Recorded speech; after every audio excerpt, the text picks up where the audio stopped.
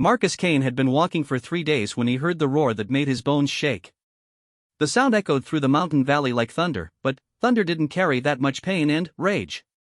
He stopped on the rocky path, his worn boots scraping against loose stones, and looked up at the peaks around him. The other soldiers had called him a coward when he walked away from the battlefield. They said he was running from the war, abandoning his duty, betraying everything they fought for. But Marcus knew the truth. He wasn't running from anything. He was running towards something he couldn't name yet. The war between the human colonies and the Zephyrian Empire had been going on for 12 years. Marcus had fought in it for 8 of those years, ever since he turned 18. He had seen cities burn, watched friends die, and killed more enemies than he could count. But 3 weeks ago, something inside him had broken when he saw what his own commanding officer ordered them to do to a group of Zephyrian civilians. That roar came again, closer this time, and Marcus felt his hand move to the plasma rifle on his back. Old habits died hard, even when you were trying to leave everything behind.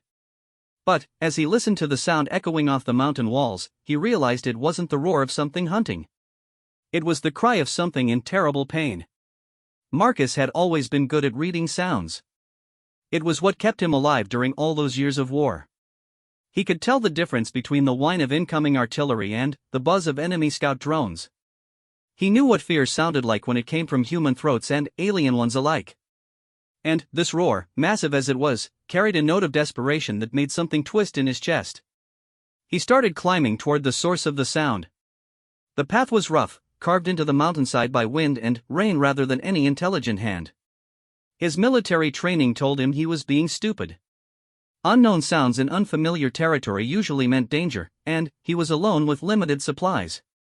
But something else, something deeper than his training, pushed him forward. The mountains around him were part of a neutral zone, a strip of unclaimed territory that ran between human and Zephyrian space.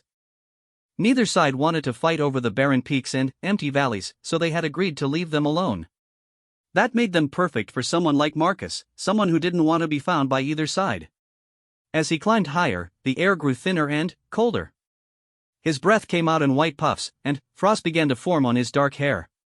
But the roaring continued, and now he could hear something else mixed in with it. A strange, musical sound, almost like singing but not quite. It reminded him of the wind chimes his mother used to hang on their porch back on Earth, before the war started, before everything went wrong. Marcus had been walking for 6 hours when he finally reached the source of the sounds. He pulled himself up onto a rocky ledge and looked down into a bowl-shaped valley hidden between the peaks. What he saw there made him forget everything else. In the center of the valley was a dragon. Not the small, lizard-like creatures that some worlds had, but a true dragon from the old stories. It was huge, easily 100 feet long from nose to tail tip, with scales that shifted color in the afternoon light. Its wings were folded against its sides, but even folded they were enormous. And it was hurt. Marcus could see the wounds even from his position high above. Deep gashes ran along the dragon's flanks, and one of its wings hung at an odd angle. Dark blood, almost black in the fading light, pooled beneath it. But that wasn't the worst part. Scattered around the dragon were dozens of eggs. Each one was the size of a human torso, with shells that gleamed like polished stone. Some were cracked, their contents spilled out and already beginning to freeze in the mountain air.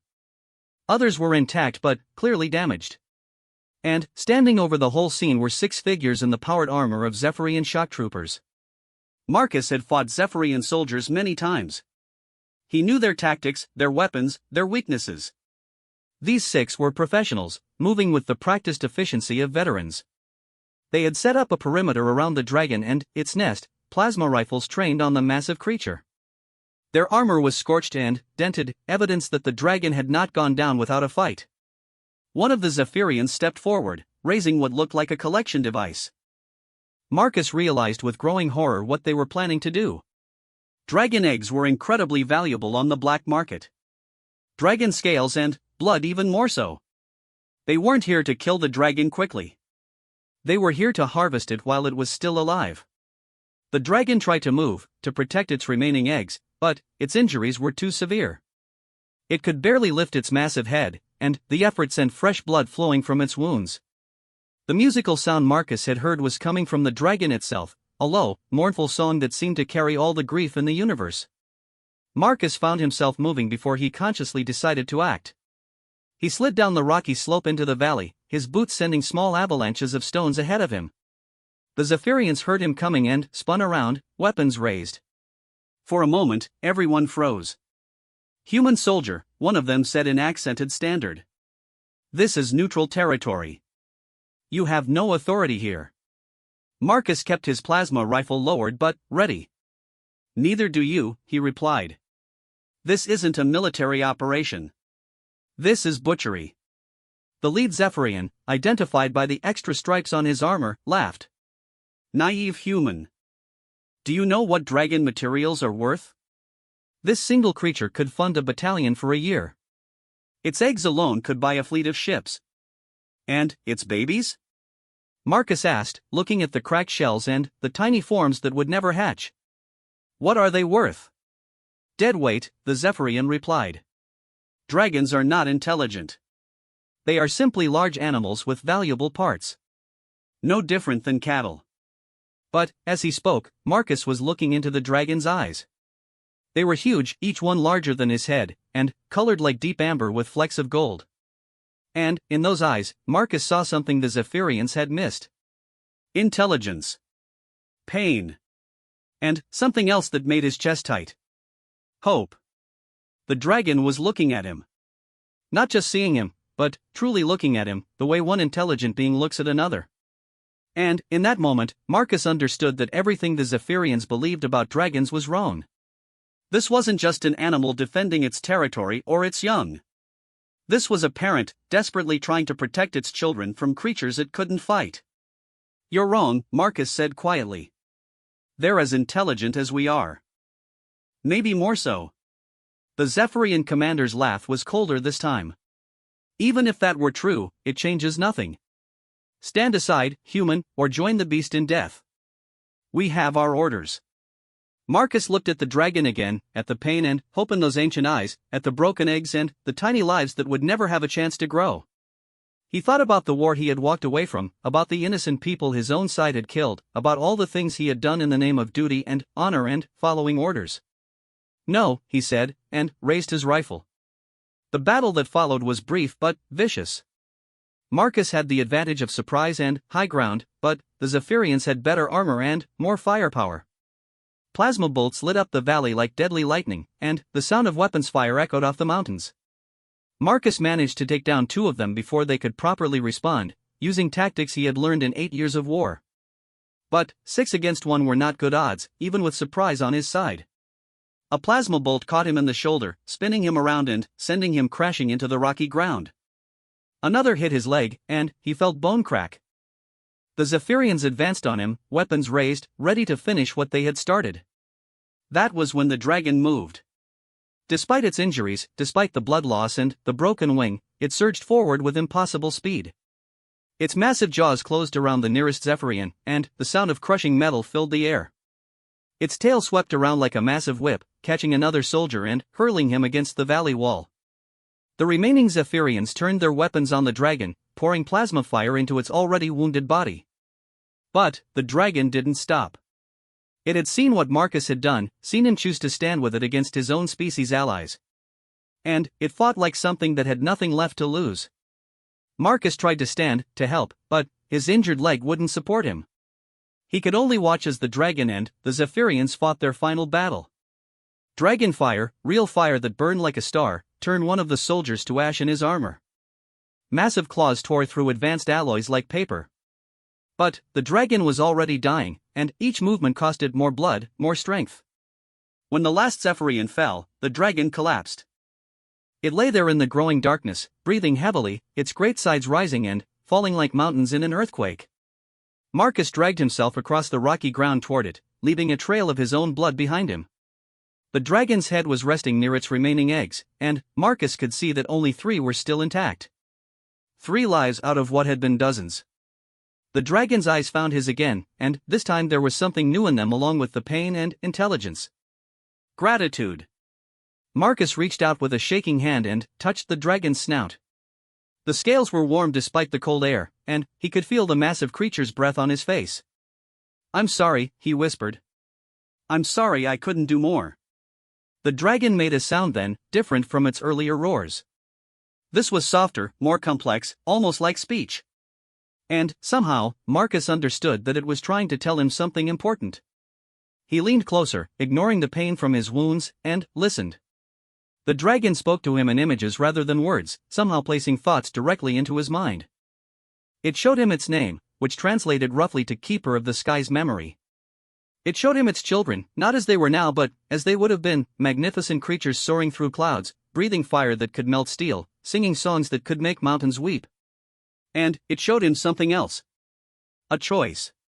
Dragons, the creature explained in its dying moments, had the power to do more than breathe fire and fly.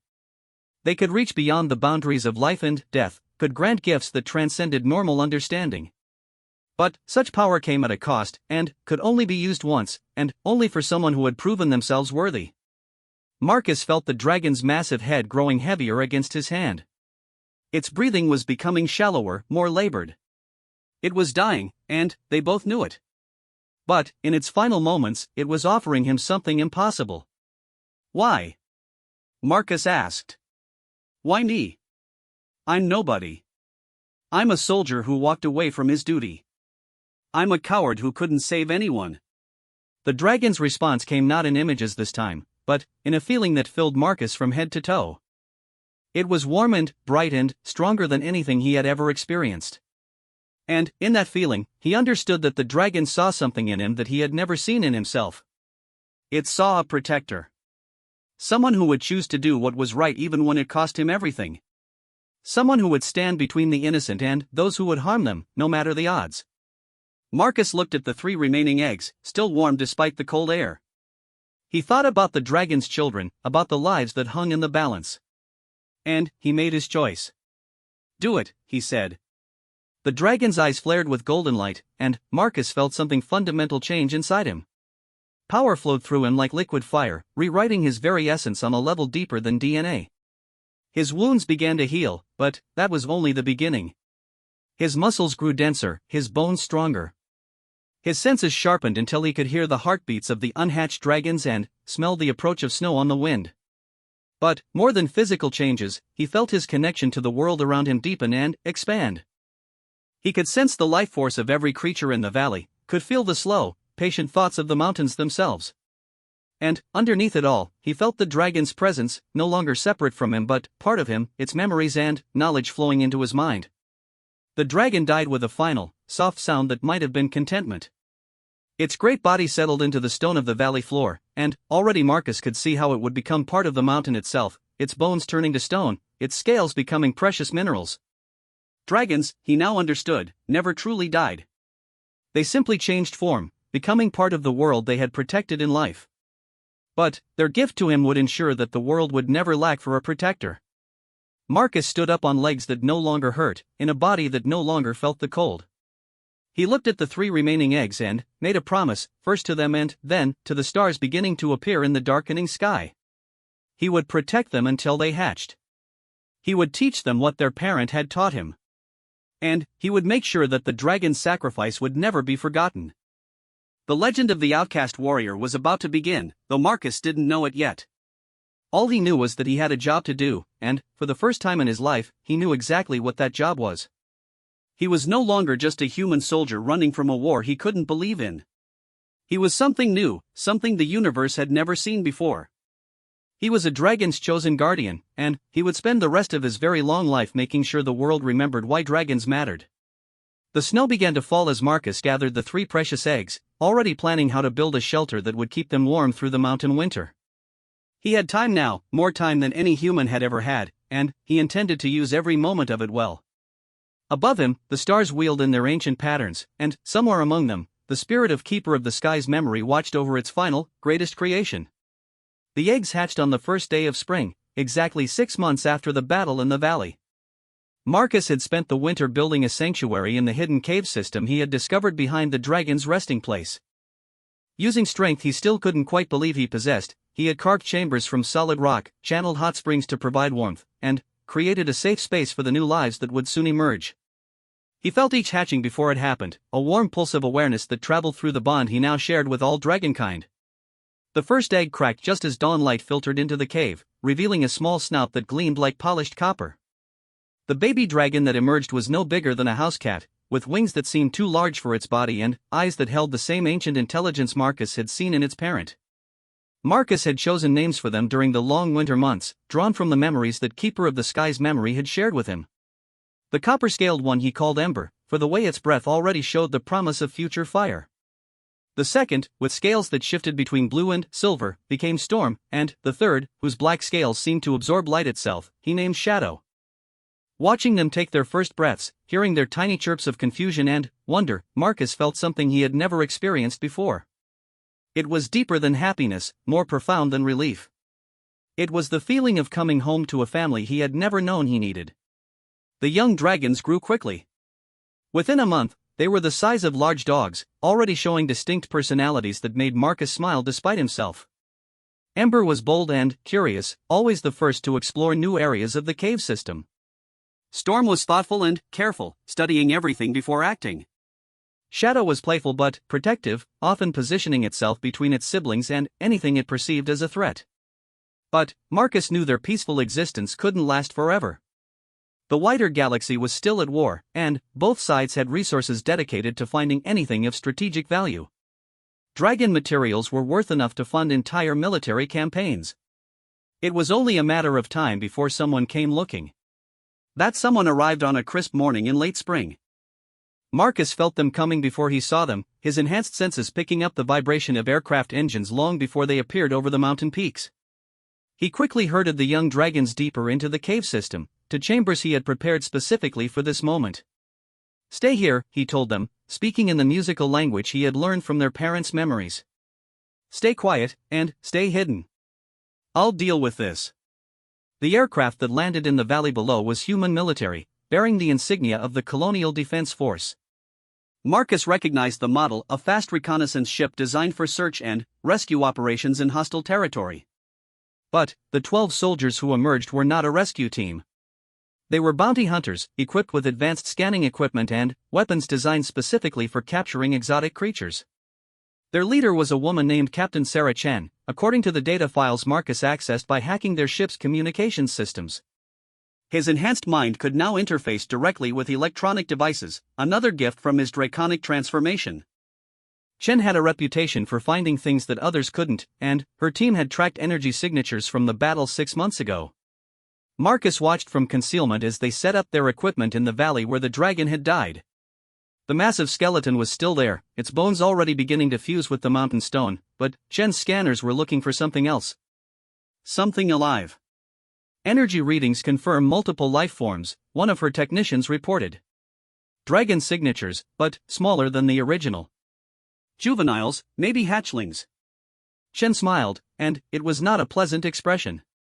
Perfect. Young dragons are worth twice as much as adults on the research market. Their neural tissue is still developing, easier to study and replicate. Marcus felt anger rise in him like a tide of molten metal. These people weren't just looking to capture the dragons. They wanted to dissect them, to turn them into components for weapons and experimental programs. The protective instinct that Keeper of the Sky's memory had awakened in him flared into something approaching rage. But rage without planning was just destruction. Marcus had learned that lesson in 8 years of war.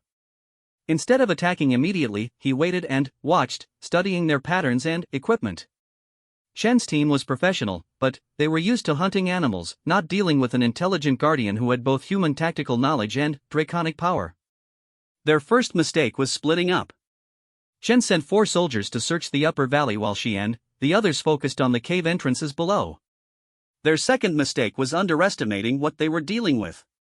Their scanners could detect life signs, but they couldn't identify the exact nature of what they had found. Marcus struck at the upper team first. He moved through the mountain peaks like a shadow, using paths and handholds that no normal human could have managed. His enhanced strength allowed him to leap between rocky outcroppings that were dozens of feet apart, while his improved balance let him run along ledges that would have been impossible before his transformation. The soldiers never saw him coming. One moment they were scanning a cliff face for hidden openings, the next they were unconscious on the ground, their equipment sparking and destroyed. Marcus had learned to modulate his strength carefully enough to incapacitate without killing. He was no longer the soldier who had walked away from the war. He was something different now, something that protected rather than destroyed. Chen noticed the loss of communication from her advance team within minutes. "Williams, report," she said into her comm unit. When silence answered her, she gestured to her remaining soldiers. "We've got company. Defensive positions, full combat readiness." But Marcus was already among them. He dropped from a rocky overhang directly into the center of their formation, moving faster than their enhanced reflexes could track. Plasma rifle bolts seared the air where he had been a split second before, but Marcus was already elsewhere, his enhanced speed making him nearly impossible to target. The battle in the valley lasted less than 10 minutes. Marcus disarmed and disabled each soldier with precise, minimal force, using techniques that combined his military training with the draconic knowledge now part of his mind. When the last soldier fell, Chen found herself alone, facing something she couldn't quite comprehend. Marcus stood before her, outwardly still human but fundamentally changed. His eyes held flecks of golden light that seemed to move like living fire. His movements had a fluid quality that suggested immense strength held carefully in check. And, when he spoke, his voice carried harmonics that resonated in her bones. "You're trespassing," he said simply. Chen raised her weapon, but her hands were shaking. "What are you?" "Our intel said this area was uninhabited." "Your intel was wrong." Marcus took a step forward, and Chen backed away. "This is a sanctuary. The creatures you're hunting are under my protection." "Creatures?" Chen laughed, but there was hysteria in it. "They're worth millions of credits. Dragon hatchlings are the ultimate prize for any research facility. We can clone them, study their abilities, replicate their powers." "No," Marcus said, and the single word carried such finality that Chen stopped backing away. "You can't." "Watch me," she snarled, and triggered a device on her belt. The scanner readings she had taken were already being transmitted to her ship, and, from there to her employers. Even if she didn't return, others would come. Marcus realized this with a sinking heart. Killing Chen and her team wouldn't solve the problem. It would only delay it. Word of the dragon's existence was already spreading, and soon every bounty hunter and military unit in the sector would be converging on this valley. He had to make a choice. Stay and fight an endless series of battles, risking the dragon's lives with each encounter, or find another way to protect them. The memories he carried from Keeper of the Sky's memory suggested a third option, one that would require a sacrifice he wasn't sure he was ready to make. "You want to study dragon abilities?" Marcus asked Chen. "Want to understand what makes them special?" Chen nodded eagerly, sensing an opportunity. "Then, study me," Marcus said, and transformed. The change was not physical, at least not in any way that Chen's instruments could detect. But something fundamental shifted in the way Marcus existed in the world. The draconic power that had been hidden within him blazed to life, visible as streams of golden energy that flowed around his body like liquid lightning. When he spoke again, his voice carried the harmonic complexity of dragon speech. "I am what your research is looking for. I am human and dragon combined, the first of my kind. And I'm offering myself to you instead of the hatchlings." Chen stared in amazement as Marcus demonstrated abilities that no human should possess. He lifted a boulder the size of a small building and moved it with one hand. He breathed a stream of flame that turned sand to glass. He showed her speed that made him blur like a phantom, and strength that could reshape mountains. "How?" she whispered. "The dying dragon gave me its essence," Marcus explained. "But the process was unique, unrepeatable. I am the only one like me, and I ever will be. Take me, and you have everything your research could want. Leave the hatchlings alone, and I'll come willingly." It was a lie, but a necessary one. Marcus knew that other dragons could theoretically grant the same gift he had received, but it required a willing sacrifice and a worthy recipient. Chen would never be able to replicate what had happened in this valley.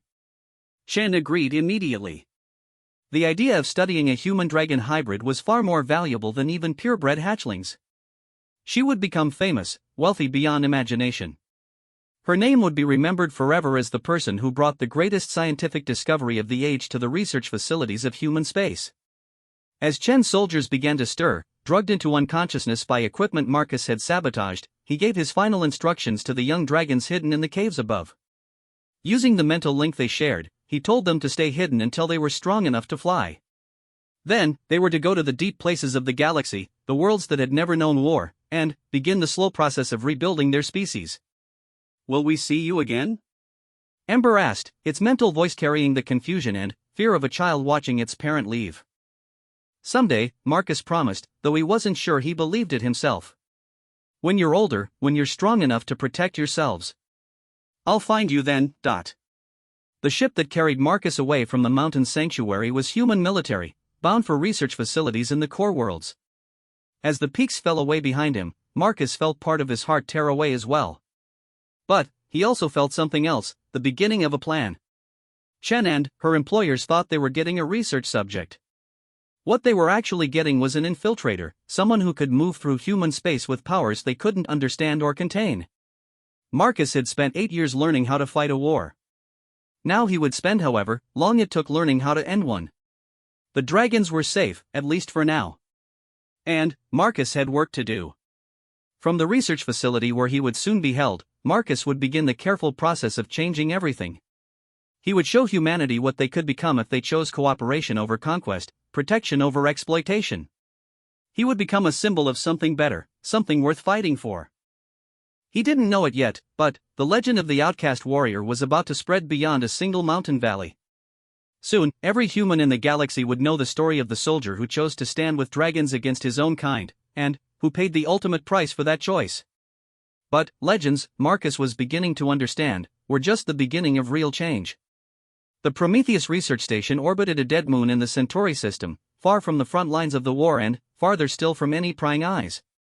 It was where the Colonial Defense Force sent their most sensitive projects, the ones that required both absolute secrecy and complete security. Marcus had been there for 3 months, and in that time he had become the most studied being in human space. Dr. Elena Vasquez was the lead researcher on what they called Project Chimera, and she had never encountered anything like Marcus in her 20-year career. Every test revealed new impossibilities. His cellular structure was human but reinforced with crystalline matrices that made his bones stronger than titanium. His nervous system operated at speeds that should have been physically impossible. And his brain showed activity patterns that suggested he was simultaneously thinking in multiple dimensions. The subject continues to defy classification, Dr. Vasquez dictated to her research log. His cooperation has been unexpected. Most specimens show signs of stress and resistance. This one seems almost eager to participate in our studies. She wasn't wrong. Marcus had been a model research subject, submitting to every test and scan they requested. He answered their questions honestly, demonstrated his abilities when asked, and never once attempted to escape despite having the power to tear through the station's hull with his bare hands. What Dr. Vasquez and her team didn't understand was that Marcus was conducting his own research. Every test they performed on him taught him more about human scientific capabilities. Every conversation revealed their assumptions, their fears, their hopes. And every day that passed brought him closer to understanding exactly what he needed to do. The station staff was made up of 237 people, from senior researchers to maintenance technicians. Marcus had spoken to most of them during his time there, always friendly, always curious about their work and their lives. To them, he had become less a test subject and more a fascinating colleague who happened to possess impossible abilities. That was exactly what Marcus had been hoping for. You know, Dr. James Park said during one of their regular interviews, before we started this project, I thought of enhanced beings as weapons. Tools to be used in the war effort. But, talking to you, you're still human, aren't you? Just human with something extra added. Marcus smiled. Dr. Park was a molecular biologist who specialized in genetic enhancement, and one of the more thoughtful members of the research team. What makes someone human, do you think? Consciousness. Choice. The ability to feel empathy for others. Dr. Park paused. The ability to grow and change. Then, yes, Marcus said. I'm still human. I'm just human with a broader perspective. It was conversations like these that were slowly changing the entire research station. Marcus had become a teacher without trying to be one, sharing the dragon's memories of history and philosophy with anyone willing to listen. He told them about civilizations that had learned to live in harmony with nature instead of conquering it. He described forms of science that worked with natural forces rather than against them. Most importantly, he talked about choice. The war doesn't have to continue, he told Dr. Sarah Kim, a physicist who was studying his energy projection abilities. Both sides are fighting because they believe the other side will never change. But people can change. I'm proof of that. Dr. Kim looked up from her instruments. You really believe that? After everything you've seen in 8 years of fighting? I believe it because of everything I've seen, Marcus replied. I've watched human soldiers risk their lives to save enemy wounded. I've seen Zephyrian commanders spare civilian populations when they could have destroyed them. The capacity for good is there on both sides. It just needs the right circumstances to flourish. These conversations were having an effect that Marcus could sense through his enhanced perception. The station's atmosphere was changing, becoming less militaristic and more hopeful. Research that had begun as an effort to weaponize his abilities was slowly shifting toward understanding how to replicate his transformation safely. Scientists who had come to the project thinking about military applications were starting to talk about peaceful uses for draconic power. Dr. Vasquez noticed the change too, but she interpreted it differently than Marcus had hoped. I'm recommending that Project Chimera be moved to a more secure facility, she told Admiral Richardson during their monthly status call. The subject is displaying signs of psychological manipulation abilities that weren't in our initial assessment. Explain, the Admiral said, his face stern on the communication screen. The research team is becoming emotionally attached to the subject. They're starting to question the military applications of our work, talking about peaceful alternatives to current defensive strategies. I believe the subject is using some form of phenomenal or psychic influence. Marcus listened to the conversation from his cell, his enhanced hearing easily picking up the transmission through the station's walls. He felt a deep sadness at Dr. Vasquez's words, but he wasn't surprised. She was a career military scientist, someone who had spent her life turning discoveries into weapons. The idea that people might change their minds through simple human interaction was more frightening to her than any draconic ability. Admiral Richardson's response confirmed Marcus's worst fears about where the project was heading. Transfer the subject to Blackwater Station within the week, the Admiral ordered. And replace your entire research team. If Chimera can influence people just by talking to them, we need personnel who won't be susceptible to whatever he's doing. Blackwater Station was notorious throughout the Colonial Defense Force. It was where they sent prisoners who were too dangerous for normal facilities and too valuable to execute. It was also where they conducted experiments that violated every treaty humanity had ever signed regarding the treatment of sentient beings. Marcus realized that his time for subtle influence was over. He had hoped to change minds gradually, to show humanity a better path through patient example. But Dr. Vasquez's fears had made that impossible. If he was transferred to Blackwater, he would never see daylight again, and the dragons he had sworn to protect would remain vulnerable to anyone with the resources to track them down. That night, Marcus made his choice. The station's alarms began blaring at 0300 hours when the main power grid failed. Emergency lighting cast eerie shadows through the corridors as automatic systems struggled to compensate for the total electrical failure.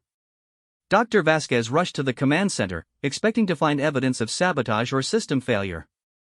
Instead, she found Marcus standing calmly in the center of the room, his hand resting on the main computer terminal. Golden light flickered around him like living electricity, and every screen in the room displayed the same image, a dragon in flight against a star-filled sky. How did you get out? Dr. Vasquez demanded. The cell that held Marcus was secured with both electronic locks and mechanical backups. Even his enhanced strength shouldn't have been enough to break free. I didn't break out, Marcus replied. You let me out. All of you. And it was true. Over the past 3 months, every member of the research team except Dr. Vasquez herself had provided Marcus with pieces of the station's security protocols, believing they were helping with legitimate research. Dr. Park had shared the digital lock codes while explaining how the station's computer systems worked. Dr. Kim had described the power grid layout during a discussion about energy distribution. Dozens of small conversations had given Marcus everything he needed to walk out of his cell whenever he chose. The power failure, the system infiltration, that's all you? Dr. Vasquez asked. I'm connected to electronic systems now, Marcus explained. Another gift from the dragons. But I'm not here to hurt anyone. I'm here to give everyone a choice. The golden light around Marcus intensified, and, suddenly, every person on the station could hear his voice in their minds, speaking directly to their thoughts without passing through their ears. 3 months ago, you began studying me because you wanted to understand how to create super soldiers for your war. But, what you've actually discovered is how to create something better, beings who can bridge the gap between species, who can find common ground where none existed before. Images flowed through the mental link Marcus had established, memories from the Dragon Keeper of the Sky's memory, showing civilizations that had transcended warfare, worlds where different species worked together to create wonders beyond imagination. You have a choice, Marcus continued. You can send me to Blackwater Station, where your military will try to turn what I've become into a weapon. Or you can help me show both sides of this war that there's a better way forward. Dr. Park was the first to respond, speaking aloud in the command center where Marcus waited. The world that Marcus found at the coordinates hidden in Keeper of the Sky's memory defied everything he thought he knew about planets. It had no star to orbit, yet it blazed with its own internal light that filtered through crystal and atmospheric layers in colors that had no names. The surface was covered with structures that seemed to grow from the planet itself, towers that spiraled impossibly high, bridges that spanned continents, and cities that pulsed with life despite appearing completely empty. This was Drakmor, the first nest, where dragons had originated countless eons ago. And it was not uninhabited. As Marcus's shuttle descended through the layers of light toward a landing platform that materialized beneath his ship, he felt minds touching his consciousness. Not the simple, direct contact he shared with the young dragons he had protected, but something far more complex and ancient. These were the elder dragons, the first children of Drakmor, and they had been waiting for him. The dragon that met him on the landing platform was unlike anything Marcus had imagined. Where Keeper of the Sky's memory had been massive and powerful, this being was something altogether more transcendent. Its scale shifted through spectrums of color that included shades invisible to human eyes, and, when it moved, reality seemed to bend slightly around its form. Welcome, Bridgewalker, the elder dragon spoke, not with words but with concepts that flowed directly into Marcus's understanding. Its name translated roughly to First Light of Understanding, and it was old when the galaxy was young. We have watched your journey with great interest. Marcus stepped out of his shuttle onto the crystalline platform, feeling his enhanced senses struggle to process the overwhelming complexity of what surrounded him. The air itself seemed alive with possibilities, and every surface reflected not just light but thoughts and dreams and half-formed ideas. You know why I'm here? Marcus asked.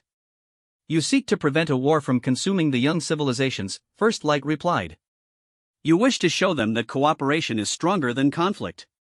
But you do not yet understand the true scope of what approaches.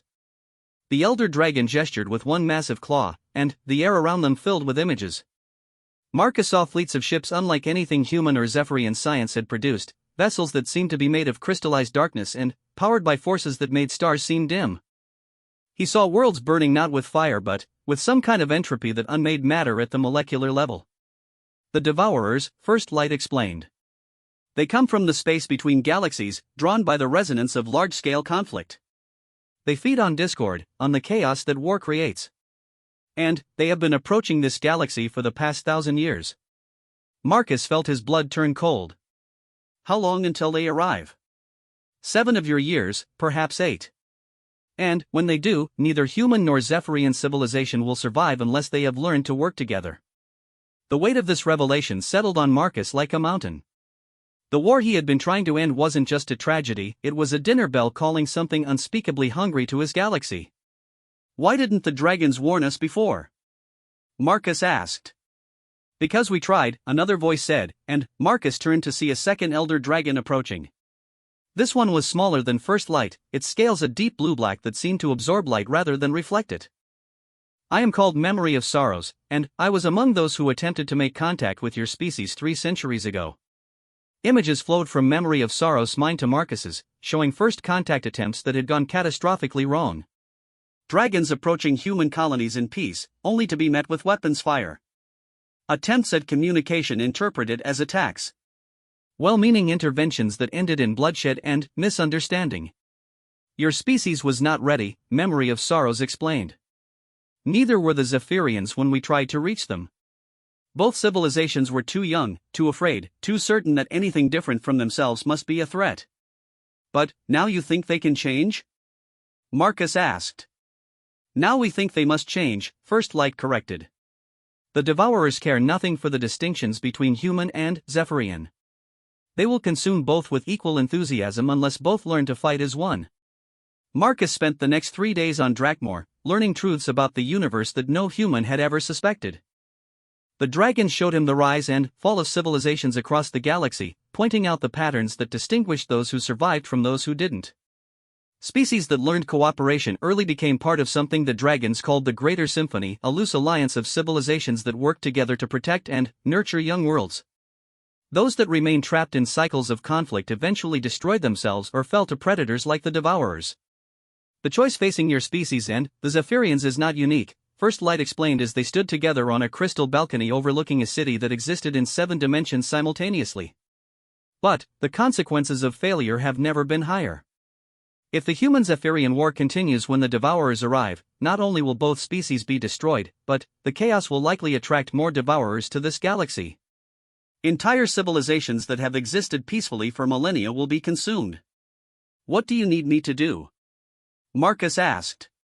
The answer came not in words but in a transformation that dwarfed what had happened to him in the mountain valley. Working together, the elder dragons began the process of completing what Keeper of the Sky's memory had started. They poured centuries of knowledge into Marcus's mind, enhanced his already enhanced body with capabilities he couldn't have imagined, and, most importantly, gave him the ability to grant others a portion of what he had become. When the process was finished, Marcus was no longer simply human with draconic additions. He was something new, a fusion of the best qualities of both species wrapped in a form that could survive in the vacuum of space as easily as in a planetary atmosphere.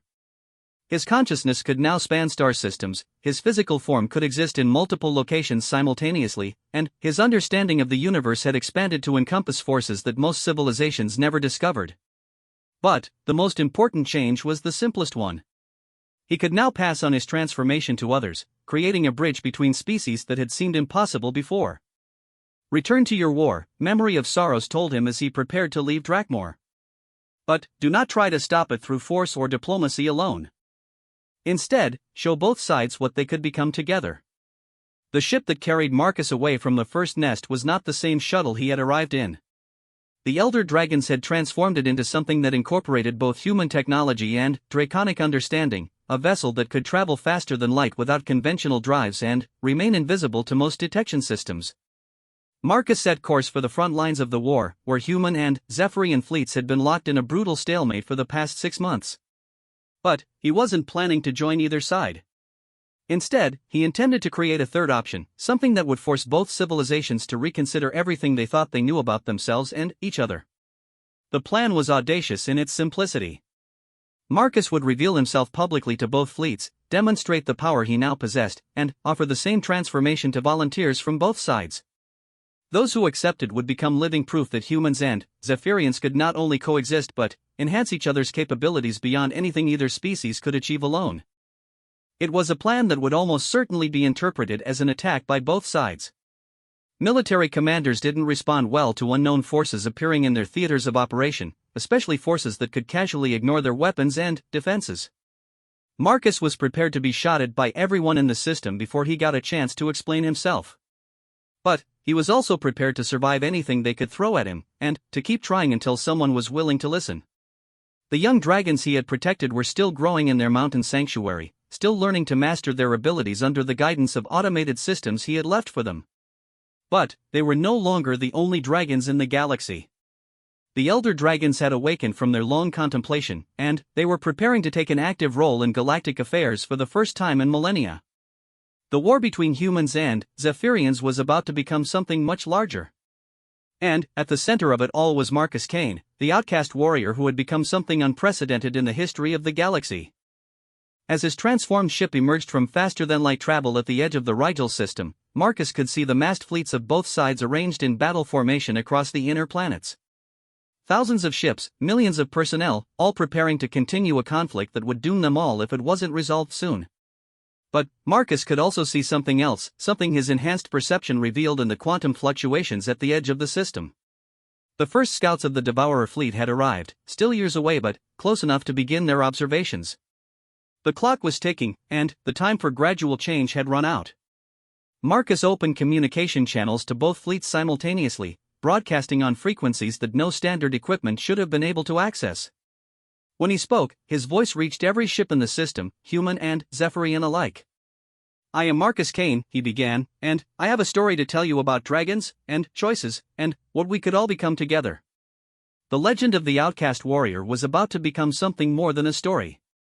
It was about to become the foundation for an entirely new chapter in galactic history. The silence that followed Marcus's transmission lasted exactly 17 seconds before both fleets opened fire on his position. Plasma cannons, particle beams, antimatter torpedoes, and weapons systems from dozens of different worlds all converged on the small ship that had appeared between their battle lines. The space where Marcus hovered became a miniature star as destructive energies equivalent to several nuclear weapons detonated simultaneously. When the light faded and the sensor readings cleared, Marcus's ship remained exactly where it had been, completely undamaged. But now it was no longer alone. Around Marcus, space itself seemed to ripple and fold, revealing 5 massive forms that had been invisible moments before. The elder dragons had followed him from Drakmor, their vast bodies existing partially outside normal spacetime to avoid detection. First light of understanding materialized first, its crystalline scales reflecting the weapon fire from both fleets like a prism splitting starlight. Memory of Sorrows appeared next, followed by 3 others whose presence made reality itself seem more stable and profound.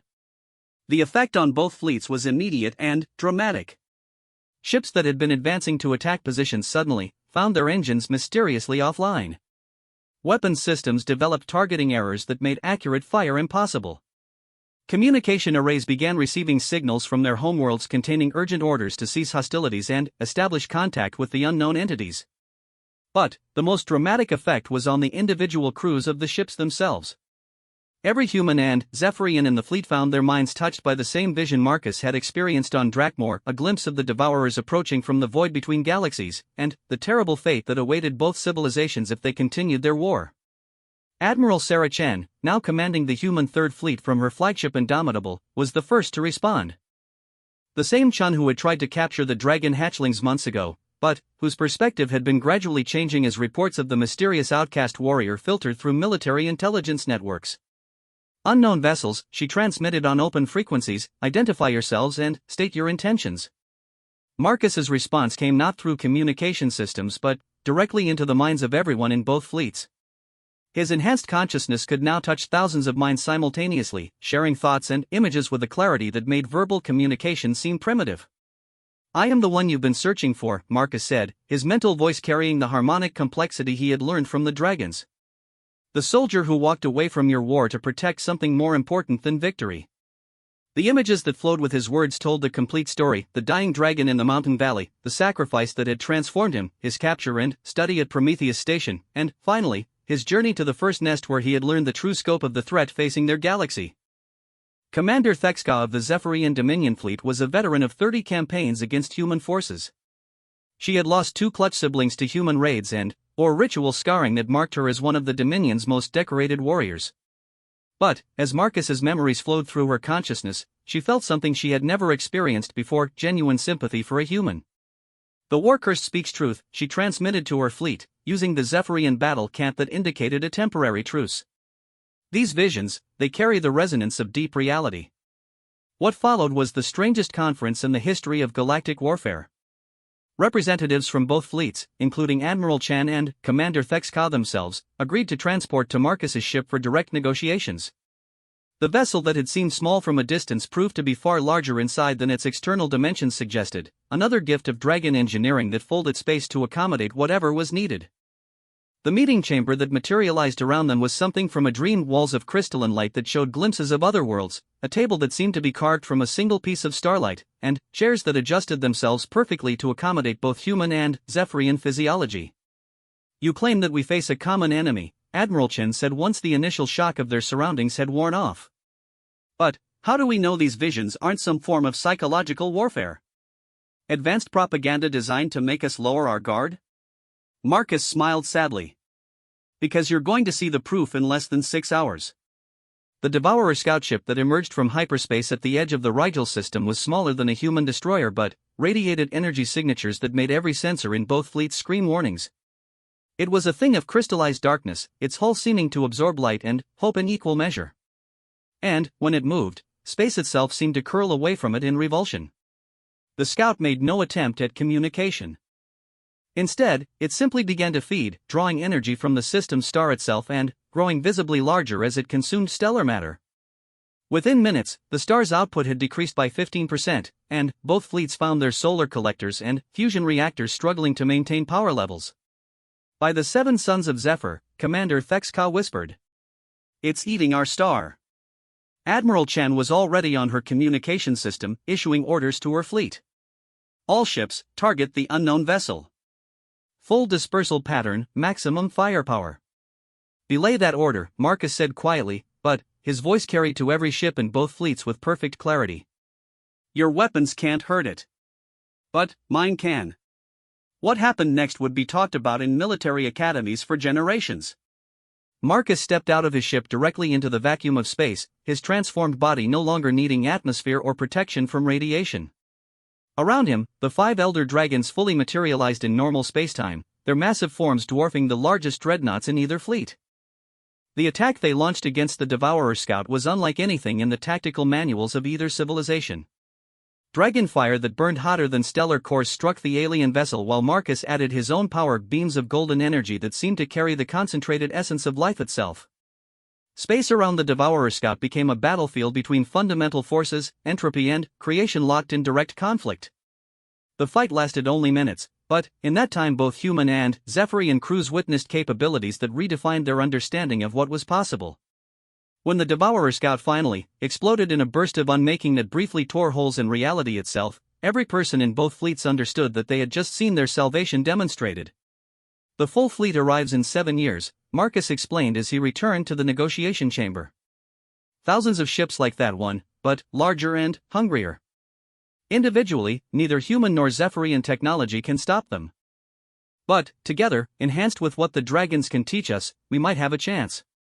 The transformation of Admiral Chan and Commander Thexka happened simultaneously, both of them accepting Marcus's offer to share what he had become. The process was gentler than what he had experienced in the mountain valley, but no less profound. When it was complete, both military leaders possessed enhanced strength, speed, and perception, along with the ability to communicate telepathically not just with Marcus but with each other. For the first time in the history of the human-Zephyrian conflict, representatives of both sides could literally understand each other's thoughts and motivations. The effect was transformative. "Your people died at Kepler Station because our intelligence was wrong," Commander Thexka shared directly with Admiral Chen, her mental voice carrying genuine regret. "We thought it was a military installation, not a civilian research facility. And we bombed your agricultural worlds because we thought they were supplying your war effort," Chen replied, her own mind open and honest in a way that would have been impossible before their transformation. "We didn't know they were refugee settlements." The process of ending a war turned out to be surprisingly straightforward once both sides could share their true motivations and fears. Most of the conflicts that had seemed irreconcilable were based on misunderstandings and assumptions that evaporated under the light of genuine communication. Within days, ceasefire agreements were in place across all theaters of the war. Within weeks, joint human Zephyrian research teams were working together to understand dragon technology and prepare for the coming threat. And, within months, the transformation that Marcus offered was spreading to volunteers from both civilizations, creating a new class of enhanced beings who served as living bridges between the species. The young dragons Marcus had protected in the mountain sanctuary were among the first to volunteer as teachers, their natural abilities complementing the technological knowledge of both civilizations. Ember, Storm, and Shadow had grown into magnificent creatures, each the size of a small aircraft, and their joy at being reunited with their guardian was felt by every enhanced individual in the growing alliance. But, perhaps the most significant change was in Marcus himself. No longer the lone outcast warrior carrying an impossible burden, he had become the foundation of something unprecedented in galactic history, a true alliance between species that had been enemies, united by shared purpose and enhanced by powers that transcended what any single civilization could achieve. The research facilities that had once studied him as a specimen now worked with him as a colleague, developing new technologies that combined human engineering, Zephyrian biotechnology, and dragon wisdom. The memorial they built in the mountain valley where his transformation began became a pilgrimage site for beings from across the galaxy who came to understand how one person's choice to protect something precious had changed the fate of entire civilizations. When the Devourer fleet finally arrived 7 years later, they found not the chaotic battleground they expected but a unified galaxy prepared for their assault. The war that followed was terrible and costly, but it was also decisive. The alliance that Marcus had helped create proved stronger than the entropy the Devourers brought, and, when the final battle was won, both human and Zephyrian children would grow up in a universe where cooperation was valued more than conquest. Marcus Kane lived for many centuries after that victory, serving as a guardian and teacher for new generations of enhanced beings. But he never forgot the dragon who had given him his power, or the choice that had started everything in a hidden valley where a dying parent had asked him to protect its children. The legend of the outcast warrior became the foundation myth of the new galactic civilization, a story told to remind every generation that one person's decision to stand for what was right could change the destiny of the stars themselves. And, in the deep places of the galaxy, in hidden nests and secret sanctuaries, dragons sang songs of the human who had become one of them, who had proven that some bonds transcend species and some choices echo across eternity. The war was over. The future had begun. And it was more beautiful than any of them had ever dared to dream.